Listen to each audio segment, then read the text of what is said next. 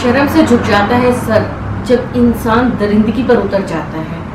क्या कसूर था उस जानवर का जिसे इंसान मारने पर उतर जाता है।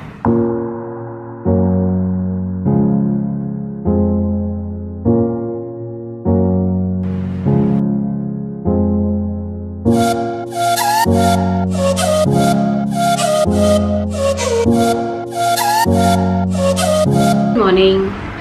2020 अभी शुरू भी नहीं हुआ था तो अपने साथ दुनिया भर की मुसीबतें ले आया।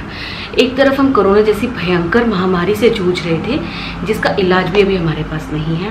दूसरी तरफ बेरोजगारी, आर्थिक मंदी और हमारे ही देश के लाखों भाई बहन कोसों मील पैदल चलकर अपने घरों तक पहुँचे और उनमें से बहुत सारे लोग जो है सड़क दुर्घटनाओं का शिकार भी हुए। तो हमारी मुसीबतें यहीं ख़त्म नहीं होती, फिर आते हैं अम्फान और निसर्ग जैसे बड़े तूफान, जो सरकार के लिए एक बहुत ही मुश्किल का काम था, लोगों को शिफ्ट करना उनकी जगहों से दूसरी जगह पर, वो भी सोशल डिस्टेंस का ध्यान रखते हुए। और बची कुची कसर पूरी कर दी पिछले 2 महीने में बहुत सारे भूकंपों ने। तो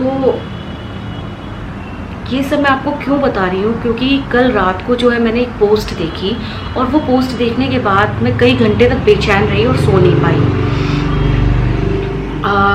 ये किस्सा है केरल का, जो कि प्रकृति के सबसे नज़दीक अपने आप को बताता है। तो मल्लपुरम गांव में एक हथनी खाने की तलाश में भटकती भटकती पहुंची। तो वहाँ पर कुछ शरारती लोगों ने उसे एक अनानास खिला दिया जो कि पूरा बम पटाखों से भरा हुआ था। जब वो अनानास हथनी ने खाया तो उसकी सूंड, गले और पेट में वो बम फटने लगे और वो जाकर एक झील में खड़ी हो गई और लगातार 2 दिन तक खड़ी रही। और फिर जब वन अधिकारियों को ये बात पता चली तो वो अपनी टीम के साथ वहाँ पहुँचे और साथ में 2 हाथी लेकर उन्होंने इस हथनी को पानी से बाहर निकालने की बहुत कोशिश करी, पर लाख कोशिशों के बाद भी जो हथनी है बाहर नहीं आई। तो उन्होंने कैसे भी करके उस हथनी को पानी से बाहर निकाला और थोड़ी ही देर बाद उस हथनी की डेथ हो गई। और बाद में जब उसका पोस्टमार्टम हुआ तो पता चला कि वो हथनी जो है प्रेग्नेंट थी। तो ये जो पोस्ट शेयर की है, जहाँ से वायरल हुई है, वो वन अधिकारी सर का नाम है मोहन कृष्ण। तो उन्होंने अपनी पोस्ट में बताया कि उस हथनी ने सब पर ट्रस्ट किया और वो दिया हुआ फ्रूट खा लिया। वो नहीं जानती थी कि उसके साथ इतना बड़ा अन्याय, नाइंसाफ़ी हो रही है।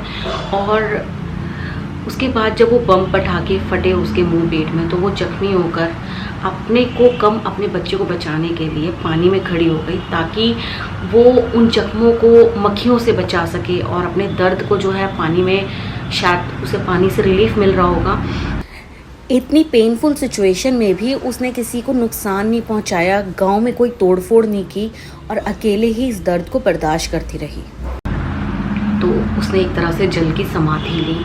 तो हम लोग प्रकृति के साथ छेड़छाड़ तो करते हैं, बट जब प्रकृति एक छोटी सी भी अंगड़ाई लेती है ना तो हम लाखों को ले डूबती है। तो क्या सारे कर्तव्य जो हैं, सारे रिस्पॉन्सिबिलिटीज़ जो हैं हम गवर्नमेंट के ऊपर थोप देते हैं, हमारी कोई रिस्पॉन्सिबिलिटी नहीं है। पता नहीं लोग कितने बेदर्द हो जाते हैं, ये सब कुछ करते हुए जरा सा भी सोचते नहीं हैं कितना पेनफुल रहा होगा वो टाइम उस हथनी के लिए, मेंटली भी और फिजिकली भी, क्योंकि कुछ ही महीनों बाद वो एक बच्चे को जन्म देने वाली थी। तो ये पोस्ट से मैं बहुत ज़्यादा अपसेट हो गई हूँ और मुझे नहीं पता आप कितने लोगों तक ये बात अभी पहुँची है या नहीं पहुँची। तो इस वीडियो को बनाने का मकसद सिर्फ आपसे अपने दिल की बात शेयर करना था, जो मुझे फील हुआ वो मैंने आपसे शेयर किया। तो आई विश कि उन लोगों को जिन्होंने ये ऐसा किया है उनको बहुत अच्छे से कड़ी सज़ा मिले और ताकि उस हथनी को इंसाफ मिल सके। बस बाकी